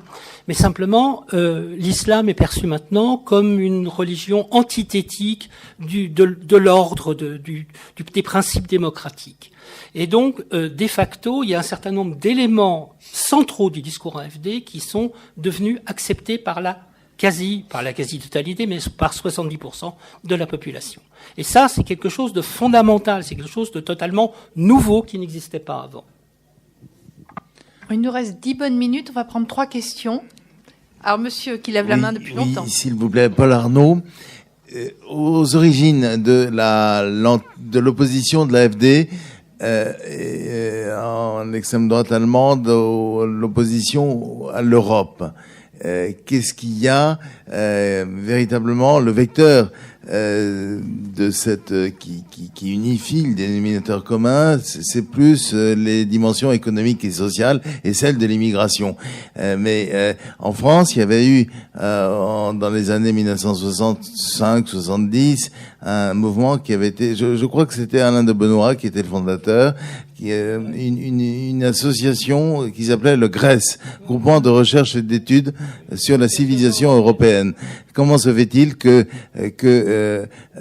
on n'en entende plus parler en France, d'accord, mais en Allemagne également aussi, aux origines de l'anti-européanisme, qu'est-ce qu'il y a?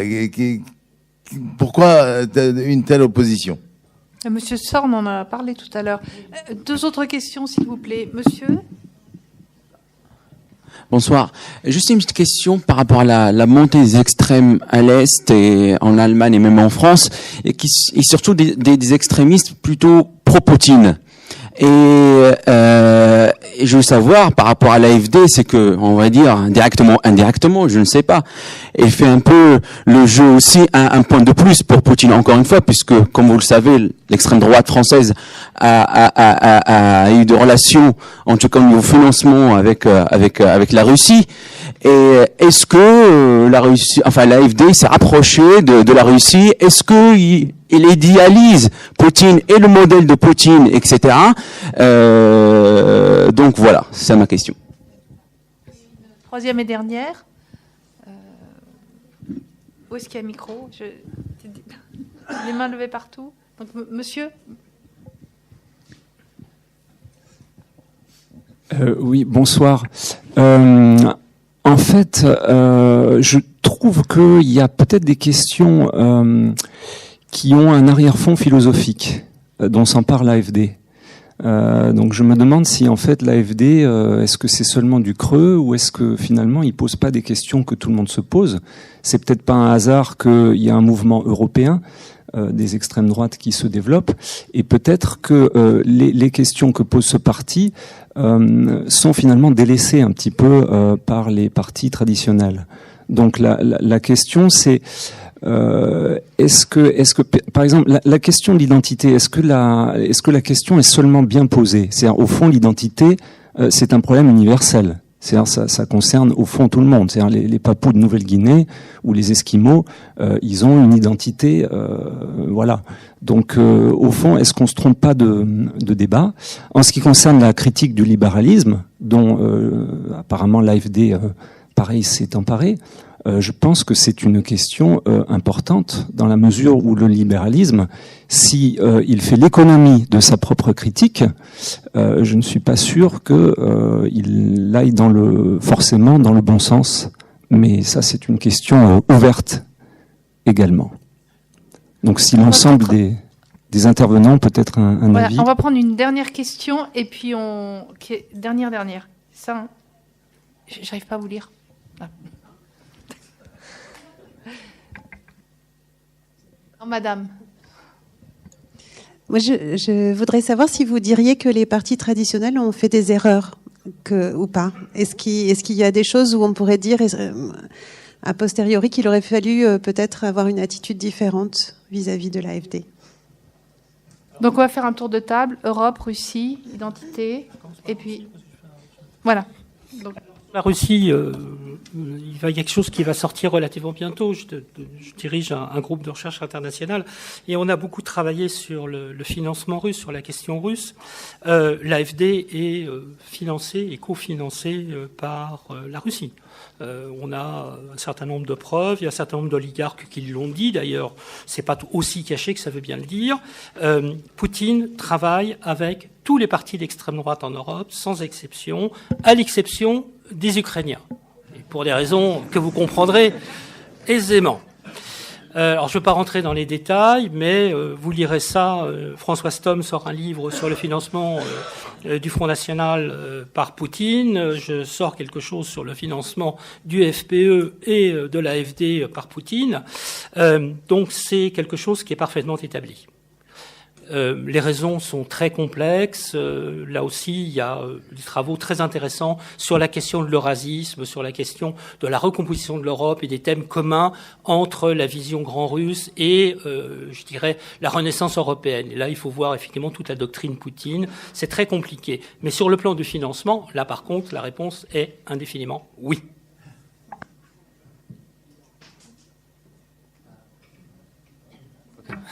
Ja, ich würde gerne auf die Frage antworten, ob die anderen Parteien Fehler gemacht haben.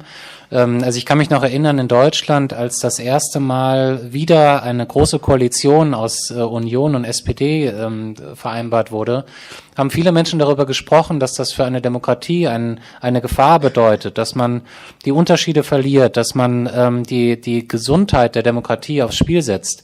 Und ich weiß nicht, wie das hier in Frankreich ist, aber in Deutschland haben wir das ein bisschen vergessen über die Jahre, dass uns das mal als Sorge bewegt hat. Und mittlerweile ist es so, dass eigentlich Dinge passiert sind. Also einerseits ist die Unterscheidbarkeit der Parteien hat sehr stark gelitten unter diesen großen Koalitionen. Und dann sind Dinge passiert in der Flüchtlingskrise, die eigentlich gar nicht so sehr mit den Parteien zu tun haben, sondern mit ich würde es mal einfach einem Pragmatismus dieser Zeit nennen, der sich überholt hat. Also wir haben nach diesen ideologischen Auseinandersetzungen im 20. Jahrhundert habe ich den Eindruck, auf der Welt wie so eine Erholungspause uns genommen, und es gab sehr pragmatische Politiker, zumindest in Deutschland. Es wurde sehr viel Wert darauf gelegt, dass man ideologische Grabenkämpfe überwunden hatte und man wollte das Land erstmal nur verwalten. Man wollte einfach so pragmatische, kluge Lösungen finden. Und mit der Zeit hat sich das aber überlebt einfach. Und Angela Merkel als Bundeskanzlerin hat diese Flüchtlingskrise in einer Weise gemanagt, wie zum Beispiel die SPD das nie getan hätte. Also wenn noch Gerhard Schröder Bundeskanzler gewesen wäre und Otto Schily Innenminister, hätte man nicht in dieser Form diese Grenzöffnung gehabt und dieses fehlende Bewusstsein für die Gefühle der Bevölkerung. Und das hat nichts damit zu tun, ob man, also die SPD als eine linke Partei oder die CDU als eine eher rechte Partei, sondern das ist einfach ein Politikstil, der eher abgehoben wirkt auf mich und der auch nicht so stark darauf angelegt ist, in die Partei hineinzuhorchen. Also Angela Merkel hat ihre Karriere in der CDU immer schon oben begonnen. Sie hat sich nicht sozusagen durch die Partei hochgekämpft und ich weiß auch nicht, ob sozusagen die Partei ihr in dem Sinne am Herzen liegt, wie das vielleicht bei manch anderen der Fall ist. Und insofern habe ich den Eindruck, dass da durchaus Fehler passiert sind, die aber nichts zu tun haben mit einem Rechts-Links-Schema, wo man also sagen müsste, die Union war nicht rechts genug, sondern ich bin mir sicher, selbst die SPD hätte diese Krise auf ganz andere Weise gemanagt, nämlich in dem Bewusstsein, dass die Emotionen der Bevölkerung eine große Rolle spielen, wo man den Eindruck hat, Angela Merkel als Physikerin hat nicht immer dieses Bewusstsein gehabt, sondern ist darauf angelegt, sehr rational Entscheidungen zu treffen, ohne diese emotionale Komponente. Vielen Dank. Ich kann jetzt zum Abschluss doch nochmal mit Kant argumentieren. Immanuel Kant kennt eine besondere Form des Urteils, das nennt er das unendliche Urteil. Ein Ding ist unendlich viele Dinge nicht. Ein Baum ist kein Hund, keine Katze, kein Elefant. Unendlich viele Dinge nicht. Die Negation oder die Differenz kann unendlich viele Dinge miteinander verbinden.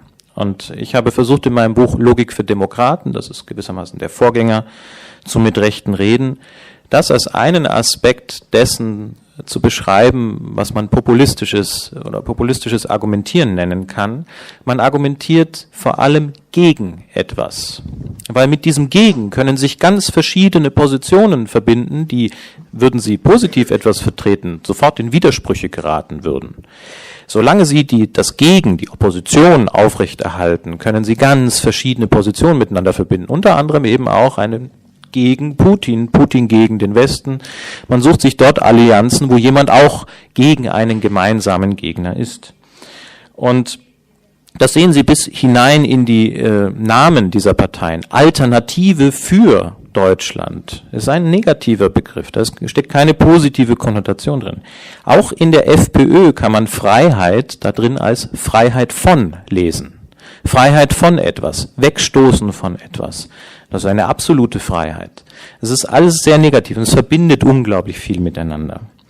Und ich glaube, dann muss man zum Beispiel die Liberalismuskritik, nach der Sie gefragt haben, auch unter einen Instrumentalisierungsverdacht stellen und muss sich angucken, was vertreten die denn in ihrem Programm. Das sind durchaus sehr, sehr neoliberale Positionen. Aber Sie haben vollkommen recht, es gibt eine Art Verzicht. Und der lag die letzten Jahrzehnte auch vor allem darin, dass es gar keine schlagkräftige Kritik der liberalen Entwicklung seit Anfang der 80er Jahre gab. Fast jede Partei hat sozusagen wirtschaftlich gleiche Positionen vertreten. Und in diese Bresche kann jetzt natürlich eine Partei, die gegen etwas ist, mit einer Fundamentalopposition hineingehen. Und wenn Sie aber daran denken, dass populistische Argumentation darauf abzielt, vor allem Mehrheiten zu gewinnen, über Negation, über solche Breschen, die andere Parteien offen lassen, dann ist klar, warum sie das ausdrücken, was sehr viele Menschen sehen. Sie konkretisieren diffuse Formen von Unzufriedenheit und die Medien und insbesondere das Internet, was wir sehr unterschätzen. Ja? Das Internet ist so viel mehr als fast alle Zeitungen, gibt es Feedback-Effekte. Ja, man stellt Erklärungen zur Verfügung, diese Erklärungen werden vertreten, dann kommen wieder Erklärungen. Und diese Feedback-Effekte erzeugen auch den Eindruck, diese Partei vertritt meine Unzufriedenheit. Und ich glaube, wenn wir das uns anschauen, wie das funktioniert, ist es eigentlich gar keine Zauberei mehr. Und es ermöglicht aber auch uns, bestimmte Strategien dagegen zu entwickeln, sodass wir nicht hilflos zusehen müssen, wie sich das vor uns entfaltet. On a eu un sursis de 10 minutes, donc on va dire 2 questions, et c'est vraiment les 2 dernières. Et vous, on prend 2 dernières questions. Alors, monsieur qui a 2 mains levées, voilà, et pas de micro, pas de chance. Hein. Et puis une dernière. Ja, lag daran, dass ich qui voulait parler, parlera le premier. Lag daran, dass ich schon länger die Hand hoch hatte, deshalb alles gut. Ricardo, ich wohne hier, ich bin Bewohner der Maison und die Frage geht an Sie, Herr Bender. Und zwar hatten Sie vorhin erwähnt, dass die AfD-Fraktion im Bundestag, es geht speziell jetzt um die Fraktion, die jetzt gewählt wurde, um diese 92 Menschen, die dort sitzen. Und aus meiner Sicht ist das alles doch tatsächlich entgegen Ihrer Aussage Show, aus meiner Sicht. Ja, werden Anträge gestellt, die aus meiner Sicht keinen wirklichen Inhalt haben. Sie sind aus meiner Sicht es absehbar, wie es ausgeht und etc. Und dass die Bundestagsreden von Mitgliedern der AfD dann ganz wütend und ganz eifrig sogar im Internet geteilt werden, dann auf meiner Facebook-Timeline plötzlich erscheinen und man weiß gar nicht wieso, aber das Ding ist einfach aus meiner Sicht, meiner Sicht, wie ich das sehe, ist so, wenn ein Grüner eine Rede hält, dann hat er eben eine Rede gehalten und höchstens wird es auf seiner persönlichen Seite vielleicht ein bisschen angemerkt sozusagen, ja. Sobald ein AfD-Abgeordneter eine Rede hält, wird es auf allen sozialen Medien geteilt und so weiter und so fort. Und so eine Frage, die ich Sie stellen würde, ist nicht einfach wirklich doch tatsächlich alles Show? Das wäre die erste Frage und damit verbunden die zweite Frage, weil Sie ja auch Journalist sind. Ist es nicht vielleicht so, dass die Presse sozusagen, also aus meiner Sicht ist die AfD viel Show, ja? Wenn ein grüner Abgeordneter ein Studio verlässt, ein Fernsehstudio, interessiert niemanden, aber sobald eine Alice Weidel das Studio verlässt, beleidigt, dann ist es wirklich ultra wichtig und alle Medien berichten davon. Und wie viel tragen die Medien zum Erfolg der AfD bei? Ja, vielen Dank für die Frage. Ich glaube, man muss sozusagen Inhalt und Form unterscheiden. Also die AfD ist im Inhalt natürlich sehr schrill und auch aggressiv gegenüber den anderen Parteien und stellt Anträge, wo man sagen kann, das ist doch nur heiße Luft, was wollen die eigentlich erreichen?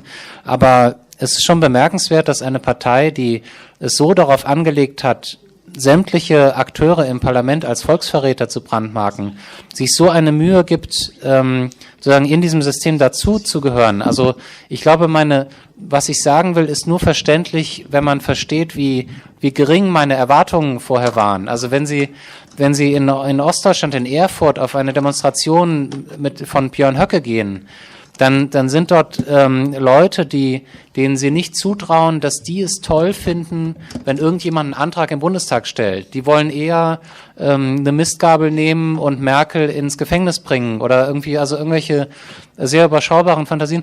Und dass überhaupt die AfD jetzt gefeiert wird von ihren Anhängern, dass die sagen, Mensch, die Rede von Alice Weidel, die hat's denen gegeben, toll. Das ist so wertvoll sozusagen für den parlamentarischen Prozess, einfach weil die Leute damit herangeführt werden an dieses System und es nicht einfach nur grundheraus ablehnen. Und was die Rolle der Presse angeht, also die sozusagen ich als Journalist kann natürlich wahrnehmen, wenn ich jemandem helfe. Also die Debatte über Björn Höckes Rede über das Denkmal der Schande, da haben wir zum Beispiel bei der FAZ gesagt, ja mein Gott, wenn ein Rechtsradikaler in Dresden eine Rede hält, machen wir nicht groß auf Seite 1 dann irgendwie die Nachricht.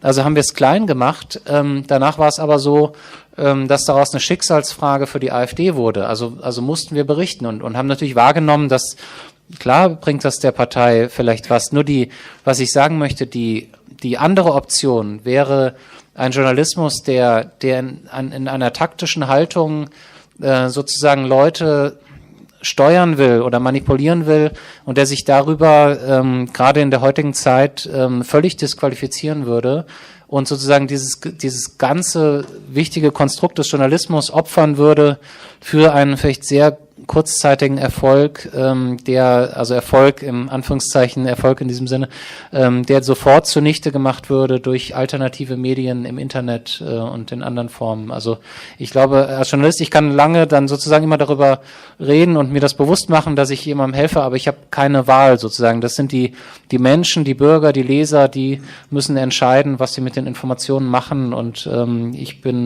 ich muss reagieren, wie es korrekt ist sozusagen. Oui, une remarque structurelle. On peut pas, c'est la même chose en France, si vous voulez.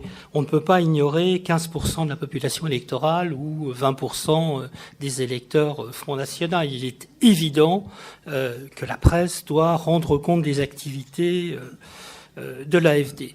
Je pense que une question qui avait été posée, c'était en fait la question de la vision stratégique de l'AFD. Fondamentalement, le modèle dominant pour l'AFD, c'est aussi la question de la relation en France, la concurrence entre Wauquiez et Madame Le Pen, c'est de savoir comment se positionner. Est-ce qu'il y a une voie qui est celle du FPE, qui est donc de rechercher une alliance avec les conservateurs pour arriver au pouvoir, ou est-ce qu'il faut effectivement être un parti de rupture? Et je pense que la majorité actuellement au sein de la direction de l'AFD, mais aussi des fédérations régionales, va dans le sens du modèle FPE. C'est-à-dire c'est leur grand espoir. Et le seul moyen qu'ils ont tiré de la leçon autrichienne est en fait d'arriver à un enracinement, à une présence optimale. Et vous oubliez, je crois, en parlant du Bundestag, le travail qui est fait par l'AFD à d'autres niveaux, qui est au niveau des Länder. Il faut voir qu'il y a des fractions AFD qui sont extraordinairement puissantes, dans lesquelles vous avez un travail de rapprochement avec les partis démocratiques systématique. Donc l'objectif à long terme de l'AFD est d'avoir un modèle FPE. Je ne sais pas du tout si ça va fonctionner, mais fondamentalement, je crois que c'est pas du tout du show. C'est une stratégie. Et deuxièmement, elle n'est pas tout à fait aussi idiote qu'on veut bien le penser, parce que lorsqu'on voit, par exemple, le débat autour de la burqa qui a été fait, c'est quand même une question fondamentale, y compris pour les conservateurs. Enfin, je vois à la maison, ma femme travaille dans une fondation de la CDU. Fondamentalement, la question de la burqa, la liberté de la femme, est-ce qu'on doit autoriser pour des raisons sécuritaires ou pas les femmes à se promener en burqa?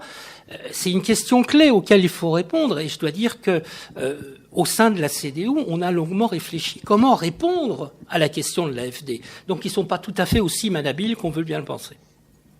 Et le dernier point, c'est n'oubliez pas que nous sommes rentrés dans la période post-Merkel. C'est-à-dire que Madame Merkel est un objet fini, de facto, et qu'il va y avoir des changements profonds, que ce soit au niveau des personnels politiques SPD que CDU-CSU. On est obligé de terminer avec la dernière réponse de Monsieur Zorn, parce qu'on arrive vraiment au bout du temps imparti. Ich möchte nur ein bisschen Aufmerksamkeit dafür wecken, und das ist vielleicht ein bisschen auch eine Antwort auf Ihre Frage, dass wir mit einem Diskurs konfrontiert sind, in dem Einsätze mehrere Funktionen zugleich haben. Das, was Sie beobachten, Eingaben im Parlament, die wir lächerlich finden, ja, erzeugen zugleich ständige Präsenz in den Medien, und sie erzeugen zugleich die Möglichkeit, sich ständig als Opposition, ohne falsche Faser gegenüber den Altparteien zu inszenieren.